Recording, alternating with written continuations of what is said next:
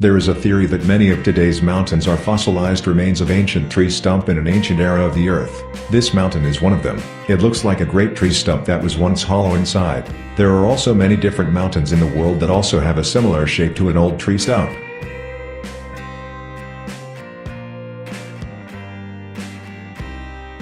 Their internal structure is also another proof. They have a hexagonal shape identical to the cells of a tree. This is one of the most durable structural shapes in nature. And if it is said that these mountains were created by lava, then it is very difficult for lava to create such complex shapes. If this hypothesis is correct, how tall are these ancient trees? Based on their original diameter, they can be up to tens of kilometers high. According to many researchers, the legend of the Tree of Life in the mythology of many countries around the world is not without basis. What do you think about this? Is there a world of giant creatures that existed in ancient times on Earth? 1932 Monowheel idea. The 1930s witnessed a surge of interest in unconventional vehicles, including monowheels. Despite their limited adoption, several unique designs emerged during this period. John Boynton from the United States was one of the early pioneers, designing a monowheel with a single large gyroscope for balance. Although details are limited, his work laid foundational ideas for future inventors. British inventor J. A. Somerton developed a monowheel resembling a motorcycle, featuring a single, wide tire and a gyroscopic stability mechanism.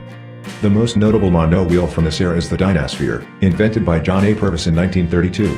This gyro-stabilized monowheel attracted significant media attention with its futuristic design, featuring a spherical passenger cabin within a large wheel. Despite its innovative approach, the Dynasphere faced stability and maneuverability issues, limiting its practicality. Monowheel technology in the 1930s struggled with engineering challenges. The balancing mechanisms, such as gyroscopes, were bulky and complex, making the vehicles impractical and potentially hazardous. As automobile technology advanced, focus and resources shifted towards more practical and affordable cars, relegating monowheels to novelty status. There may have been other monowheel inventions in the 1930s that remain undocumented, making it difficult to provide a comprehensive history. While monowheels did not become mainstream, the innovative concepts from the 1930s continue to inspire modern designers and engineers exploring future mobility solutions. The technology to create future hybrid animals is at the cutting edge of genetic engineering and synthetic biology. Central to this process is CRISPR-Cas9, a revolutionary gene editing tool that allows scientists to make precise changes to an organism's DNA.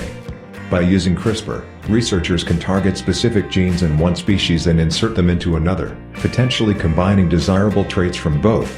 For example, genes responsible for the robustness of a camel's immune system might be introduced into livestock to create disease-resistant animals. Advanced techniques in cloning and stem cell manipulation also play a crucial role. Somatic cell nuclear transfer, SCNT, which involves transferring the nucleus of a donor cell into an egg cell that has had its nucleus removed, can be used to create exact genetic copies or hybrids with combined traits. Moreover, synthetic biology allows for the creation of entirely new genetic sequences that do not exist in nature, opening possibilities for unprecedented combinations. Ethical considerations and ecological impacts are significant factors driving the regulatory frameworks and public discourse surrounding hybrid animal creation. Bioinformatics and machine learning are essential in predicting the outcomes of genetic modifications and ensuring the safety and viability of hybrid species. As this field progresses, it holds the promise of addressing global challenges such as food security, environmental sustainability, and medical advancements, but it also necessitates a cautious and responsible approach to avoid unforeseen consequences. The truth about apes can make us worry. The intelligence of apes is becoming increasingly worrying. For example, this chimpanzee's name is Koko. This is a very special case when it is as intelligent as humans. The unbelievable thing is that Koko can communicate with humans through 1,000 different signs. It understands about 2,000 English words. It even made friends and communicated with humans when it met comedian Robin Williams. Robin Williams and Koko chatted happily and intimately like soulmates. The day Robin died, Koko even became miserable. He shed tears of sadness and melancholy. You can see that if taught well, apes are just as intelligent as humans. And today people have found a method to implant electronic microchips into the brains of primates to make them smarter. Maybe one day, Kingdom of the Planet of the Apes will come true. What do you think about this?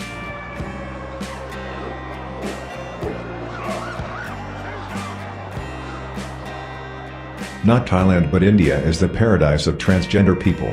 If you are a third gender person in India, you don't need to do anything and still have money. There is a strange thing that Indians discriminate against Dalits but highly respect people of the third gender. Why is this so? In Hinduism, there are 18 gods representing the third gender, including incarnations of extremely powerful gods such as Shiva, Vishnu. In India, when a person of the third gender curses someone, that person will be very unlucky. So they will give money when they meet people from the third gender community so they won't be cursed. Usually these people will appear at intersections waiting to receive money from others, but sometimes they will go to people's homes, especially those who have just given birth, and they only go to the homes of baby boys, not the homes of baby girls. In India, if you hate a certain family, you can hire these people to go to the other person's house to curse them. The homeowner must spend a sum of money to avoid being cursed, or hire wizards to lift the curse. There are many people who got rich by begging for money this way in India, and in India there is also a temple dedicated to this community. Every year they will organize a huge ceremony for the third gender community. On this day, they will have fun, dance, sing, have beauty contests, and especially they will hold a community joining ceremony for teenage boys.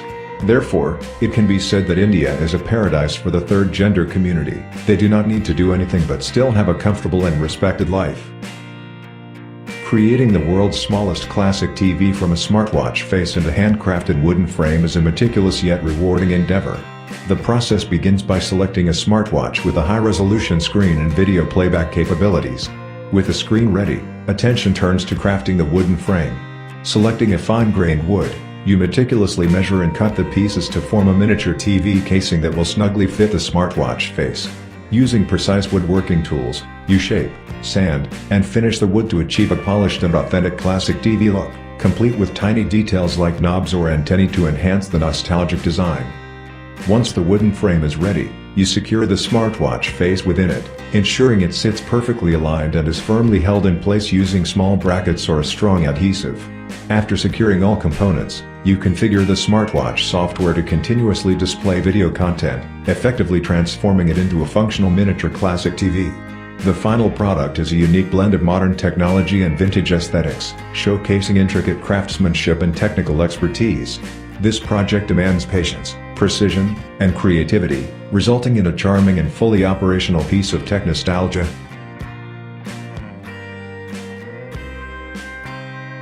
In Japan, ghosts, known as yurei, are often depicted as ethereal spirits bound to the earth by unresolved emotions, such as vengeance, sorrow, or love.